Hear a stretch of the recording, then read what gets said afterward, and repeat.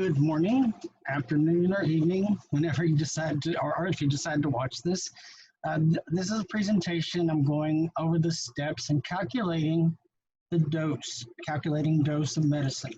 And just so you know, this is something that's the nurses, pharmacists, doctors, nurse assistants, practitioners, family nurse practitioners, medical assistants. It's something that all healthcare professionals that work with medication administration have to learn, have to understand, have to deal with, and it's actually once you identify the variables, that is once you know what numbers go where, and you remember this simple formula, it's going to be quite easy. However, I've been doing this for a while now, and I'll tell you that some students will study and try real hard and just struggle with it. Others catch it right off. I'm trying to make this presentation so that you're able to go back. You can pause, you can rewatch it, and this is just an introduction. It's just one way of approaching this, and we're gonna, especially once we're back in class, I'll present it a couple of different ways, but this is one way. I'm gonna try to break it down and make it as easy to understand because it really is, it's something that once you understand how to calculate dose, the next step is calculating your daily dose, and then the final step is calculating a total dose needed to fill a prescription. And once you understand what numbers you're going to plug in into which equation, it's actually very simple. But until that happens, it's just frustrating. So let's just see how it goes. Calculating doses using, so what are we calculating? We're calculating a dose. We're calculating a daily dose, and then the total doses to complete a prescription. So what does that mean? Well, here's an example. Let's say a doctor writes a prescription for Lasix, writes 30 milligrams, the SIG, which is the instructions, 1 PO QAM for fluid. So you guys know that's 1 tablet by mouth every morning for fluid and 30-day supply. The problem is Lasix does not come in 30 milligram. It comes as a 20 milligram, it comes as a 40 milligram, but it does not come as a 30 milligram. So how would we fill this prescription to provide the strength that the doctor has ordered? That's where the equation comes in, the D over H times Q. So it's not available as 30 milligram, it comes as a 20 or a 40, and furosemide's the generic. So what we're gonna have to do, we're gonna have to figure out what's going to be our dose of the 20 milligrams that's going to provide what the doctor's ordered. And so in this case, the patient's taking it just once a day, but if they were taking it 3 times a day, you'd have to calculate how much do they need for a whole day, because in a hospital, you fill the patient's tray based on it's a 24-hour supply. And then the second part is filling a whole prescription. So here the doctor ordered 30 days. But it's not going to be 30 tablets because we don't have a 30 milligrams. So we're going to have to figure out how much is 30 days worth of the 20 milligram that's going to provide Lasix 30 milligram. So the dose is how much of the strength that you have available is required to provide the prescribed strength. So we call it the desired, the D for desired, but the strength that the practitioner has prescribed, that's what's desired. Then we're going to be using either what the pharmacy happens to have in stock, or in the case of the example I just gave you, it's only available as a 20 milligram. It is not available in 30 milligram. So the dose is how much of what you do happen to have in stock is used to provide the dose that the doctor's ordered. In this case, the doctor prescribed Lasix or furosemide 30 milligram. It's available as 20 milligram tablets. Using the D over H times Q, and we're going to be working through these steps, but you're going to find out taking 1.5 of the 20 milligram tablet provides 30 milligrams. So we're going to be using this D over H times Q to determine how much of what we have will provide what the doctor's ordered. So what's D over H times Q? It's the equation that we use to calculate the dose. And so it's either the product that the pharmacy has in stock, or in the case I just gave you, a lot of times it's the strength that the product is available in. The D stands for desired strength. So that's whatever the practitioner has prescribed. That's how many milligrams or units that the doctor wants to be administered for each time the patient receives the medication. H stands for on hand, and that's on hand is one way of saying what you have on hand in stock, but it's also just it applies whenever you have a product that's only available in certain strengths. Q, that's the unit volume that contains H. This is, I think, what confuses people the very most. And so to help illustrate, in the case of the furosemide 20 milligram, it's contained in one tablet, 20 milligram tablet. So sometimes the unit is going to be one tablet. Or let's say that it was furosemide 20 milligram capsules. Well, it would be one capsule contains 20 milligrams. In the case of a suspension, especially for children, a lot of times the strength is provided in terms of 5 milliliters, a teaspoon. And so if we're given an antibiotic like amoxil, 250 milligram per 5 milliliter, well, the H is 250 milligram, and the Q, the unit volume that contains that 250 milligrams, is 5 milliliters. And I'm going to give you some examples. So we need to determine the dose. Again, the dose is how much of what we have on hand is going to provide the prescribed strength. And there's our equation. So here's an example. A doctor writes a prescription for carvedilol 25 milligram PO, which is what? You got it, by mouth. BID is what? Twice a day for heart. On hand, well, we have carvedilol 25 milligram tablets. So, and this is the case in pharmacy practice, both institutional, hospital, and community. Most of the time, the doctor is going to prescribe a strength that's already readily available. We want to identify our D and our H and our Q. And then we're going to calculate the dose. Our D, that's the desired strength. The doctor wants 25 milligrams of carvedilol. Our H on hand, we've got 25 milligram, and it's in one tablet. So one tablet of what we have on hand contains 25 milligram. So now we're going to fill in the formula using our variables. Put the D over the H times Q. It's real important to always write out your units of measure because they cancel out. If we didn't, for example, let's say that your answer, you got 1 milligram. Well, that wouldn't be a correct answer. Or if you got 1 milliliter, no. These cancel out, and you end up with your answer as tablet. And guess what? One tablet of the 25 milligram tablets provides that 25 milligram the doctor's ordered. Then the second thing is the SIG, the instructions that are going to go on the label. Now for a patient, for you guys, you're going to become accustomed to seeing milligrams and units, and you might forget when you first started seeing these, they're a little overwhelming. You wouldn't put on a patient's prescription label, take 25 milligrams POBID, or even just 20, they wouldn't understand. But they would understand if it says take one tablet by mouth twice a day for heart. So whenever we're talking about the SIG that's going to go on the label of the prescription, I want you to be able to read that and think of somebody who's never worked in a pharmacy or been in any medical training, and are they able to read this and understand the instructions to take the medication?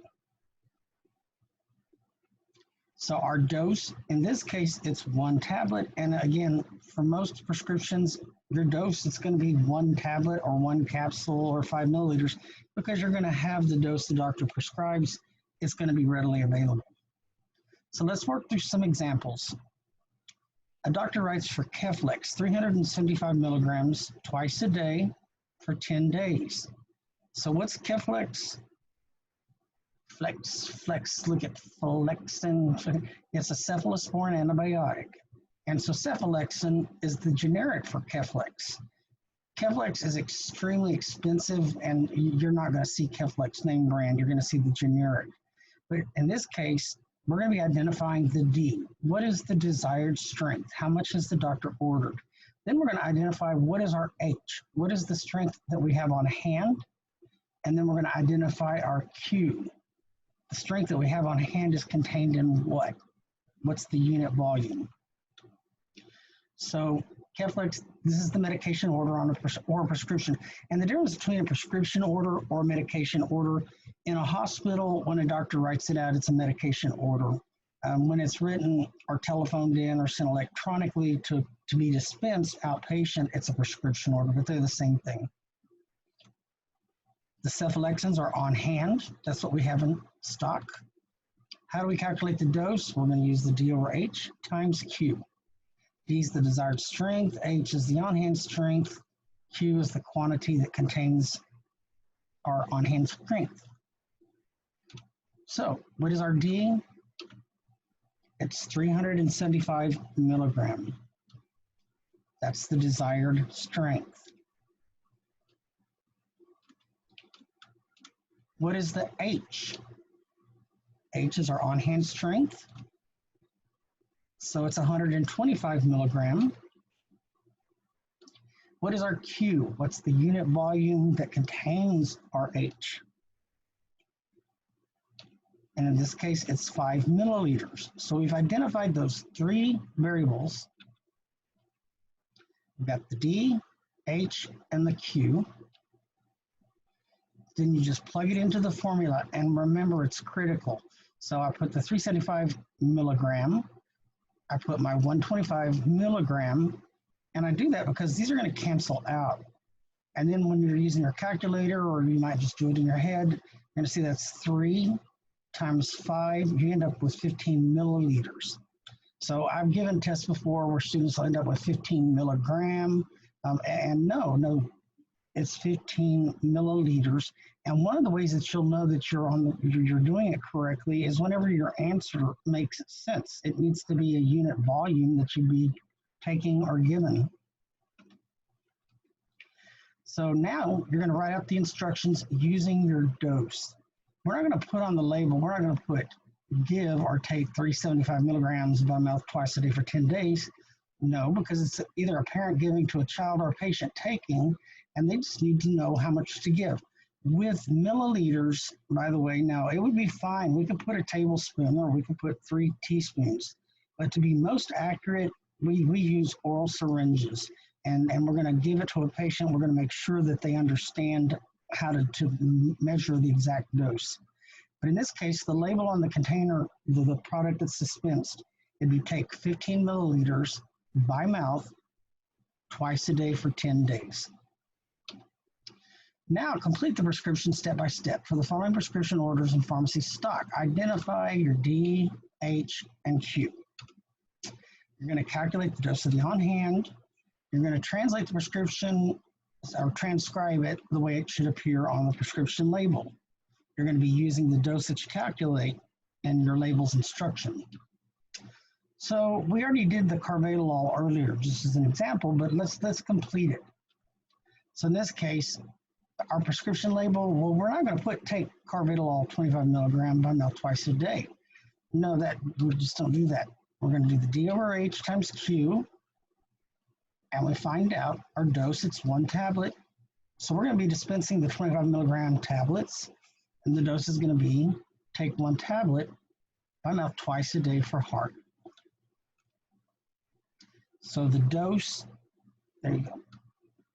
Now here's atenolol. What's atenolol? O-L-O-L. And if you look in the mirror backwards, it looks like a B and a B. It's a beta blocker. Beta blocker. And where do we have the beta receptors? In our heart and our lungs, but it's the beta 1 in the heart. The beta blockers are for high blood pressure. They're also for congestive heart failure. But in this case, and atenolol, what's the brand name? I'll give you a hint. It's got T-E-N. It's tenormin. So T-E-N-O. So atenolol is tenormin for blood pressure.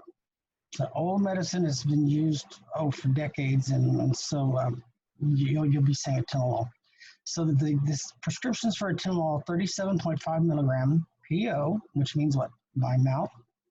QAM means every morning for BP. Now, what's the medical term for high blood pressure? It's hypertension. You got to remember, there's a lot of people that you're going to deal with that they don't need to be impressed with big words, and they might not even really be able to read or pronounce They just need to know it's their blood pressure pill. They need to be able to see it on their label, blood pressure. So sometimes a doctor will write hypertension, or they'll just write BP, blood pressure, and you want to just exercise your professional judgment and whatever the pharmacist you're working with advises. So in this case, we see that the doctor's wanting 37.5 milligrams by mouth every morning for blood pressure. So the desired strength is 37.5. Our on-hand strength, it's 25 milligrams. Our Q, it's in 1 tablet. So we make our formula. And remember now, I should have put a little line through here because these cancel out, mg and mg. And you end up with 1.5 tablet. The label instructions will be take 1.5 tablet by mouth every day for blood pressure. Okay, here's furosemide. This is kind of the opposite of what we started with. This is furosemide 10 milligram, and it's PO/QAM for fluid. So I think y'all got it right now. The PO by mouth, QAM is every morning for fluid. But what do we have on hand? We've got the 20 milligram tablet. So we got the desired, with the strength the doctor wants is 10 milligrams. We have 20 milligrams in 1 tablet. So you put your D over H times Q. It's going to be take 1/2 tablet by mouth every morning for fluid. So I think you're getting the hang of it. Amoxil 375 milligram PO/TID for 10 days. Now amoxil is one, it's amoxil or amoxicillin. It's the #1 most commonly prescribed antibiotic, very gentle on the system, very easily tolerated, well tolerated, and it's inexpensive. As a matter of fact, it's really overprescribed, but it's because it's pretty safe. Even there's a lot of doctors who, if a mother brings in a child and it might be just a viral infection, but the mother's going to be upset if she leaves without getting an antibiotic. She's just going to be determined. The doctor will just write a prescription for amoxil. That's why it's been overprescribed. But in this case, so what was going to be our D? The doctor wants 375 milligram. And you've already got this going. Yeah, so the H, 125, it's contained in what? 5 milliliters. So put your D over H times Q. And you're going to get our dose. You're going to be getting 15 milliliters of the amoxil 125. So you get 15 milliliters by mouth 3 times a day for 10 days. So amoxil is what? It's an antibiotic. And antibiotics, a lot of times you're going to see they're given for 10 to 14 days. Antibiotics, you always take it till it's finished unless the practitioner tells you otherwise. Here's Keflex.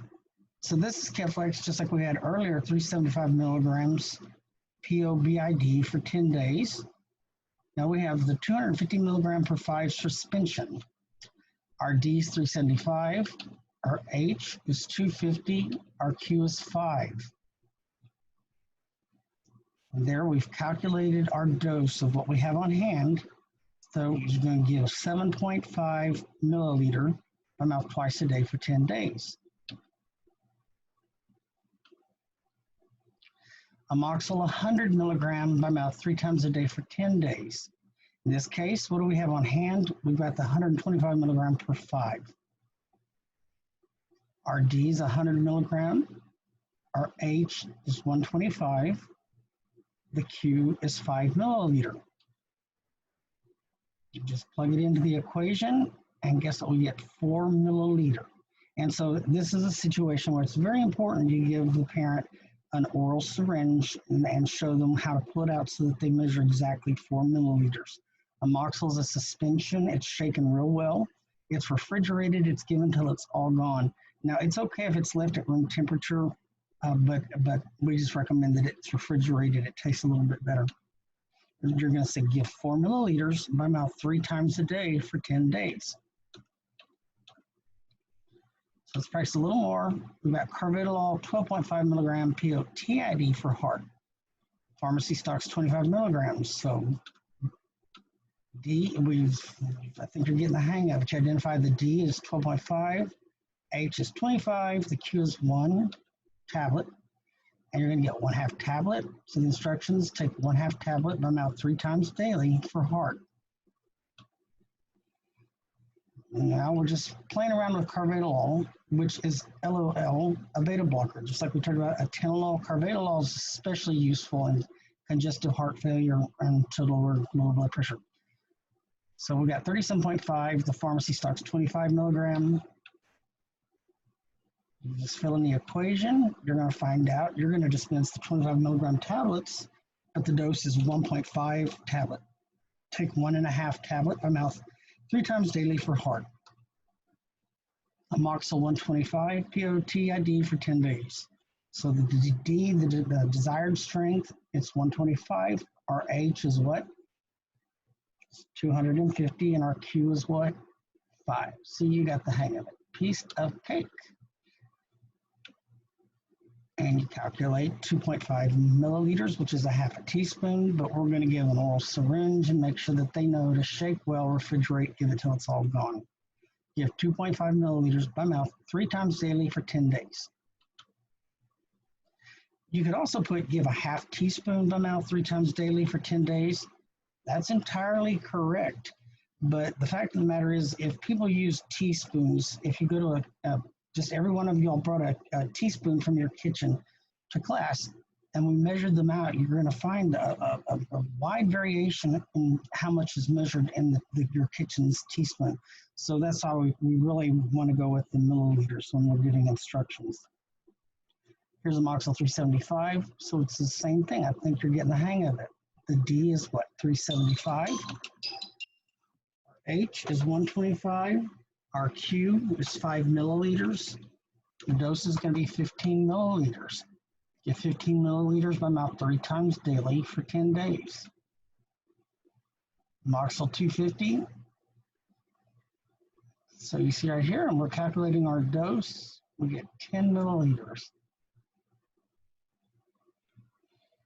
Amoxil 500, POTID for 10 days. INF is just for infection. So you put your D over H times Q, and there you get 20 milliliters. You're going to give 20 milliliters by mouth 3 times daily for 10 days. Now, so where the next parts of this D over H times Q come into place is, let's say a doctor writes the prescription. They want Amoxil 500 milligrams 3 times a day for 10 days. And they don't write out a quantity. You've got to figure that out. So you need to figure out how much of this Amoxil 125 per 5 you're going to dispense so the patient's able to give 500 milligrams 3 times a day for 10 days. So one, we calculate how much is used per day. Well, it's 20 milliliters every dose. And if it's 3 times a day, and we want to know how much we're using in a day, it's 20 milliliters times 3. So we're using 60 milliliters in a day. But we need it for 10 days. So if we use 60 milliliters a day times 10 days, it's going to be 600 milliliters. So as a pharmacy technician, you'll have to calculate that quantity out whenever you have to do these conversions. Here's finally the Novolog is a fast-acting insulin, 25 units. Now insulin, it comes available in pen-filled cartridges. It comes available in multi-dose vials. But insulin is 100 units per milliliter. There's a very, very rare exception of regular insulin that's 500 units, but y'all won't see that. So insulin, it comes as 100 units per milliliter, and it's just a little bit different because you're so used to dealing with milligrams. Just remember with heparin and with insulin, they're dosed in units. The doctor wants 25 units sub-Q. Sub-Q stands for subcutaneously. TID is 3 times a day. 10 minutes. AC stands for before meal. And then UD stands for use as directed. So this is going to be 25 units subcutaneously, 3 times a day, 10 minutes before meals as directed. Now we stock, it's 100 units per milliliter. We put our D, which is 25 units, over the H is 100 units. Our Q is in 1 milliliter. We're going to find each dose is going to be 0.25 milliliters. Inject 25 units subcutaneously 3 times daily, 10 minutes before meals as directed. So you're going to find out on insulin syringes, they come in a 30 unit, 50 unit, and 100 unit. So sometimes it's just easier with the patients. We will put units on the label, but you could also put 0.25 ml. So that's something that we'll have practice, especially once we're doing the sterile compounding certification. We'll have plenty of practice and working with tuberculin syringes and becoming familiar with just using either one. Here's Humalog. Humalog is just like Novolog. It's just made by another company. It's just almost identical, just by another manufacturer. Got 25 units sub-Q, TID 5 minutes before meals as directed. And it just like the insulins I told you come 100 units per milliliter. So our D is 25 units, our H is 100, our Q is 1 milliliter. We get 0.25 milliliters. And so I could have put inject 0.25 ml, and I really didn't mean to throw y'all off with that, but this is the same, the 25 units or the 0.25. So it just depends on the situation and the patient. With diabetic patients, a lot of times we just put the units because they do know how they're interchangeable, like 25 units equals 0.25 ml. So you're doing great. The next step is calculating the 24-hour supply, and then the final step is calculating how much you need for the full course of therapy. So first you calculate your dose. You're calculating the dose of what you have on hand. It's going to provide what the doctor's prescribed. Second thing, you're going to calculate the dose for a day supply. We're doing that because ultimately, like if we're totaling up a full prescription, well, you need to know how much you're using each day, but also in hospitals because we have to calculate a one-day supply for the medicines for patients. And then finally, you need to calculate how much is needed to fill the whole prescription. So that's it, guys. And we're going to have some practice questions. We'll have practice questions tomorrow. And then I'm going to present it a couple of different ways, but I encourage you to watch this slowly or to put it on pause. Another thing that I highly recommend, especially once we're back in class, is just ask your classmates to walk you through a process or to listen to you as you're explaining yourself working through, because I might present something in a way that seems crystal clear to me, but it doesn't make sense to you. There's always more than one way to solve a math problem. So you guys have a great afternoon. Thanks for your time.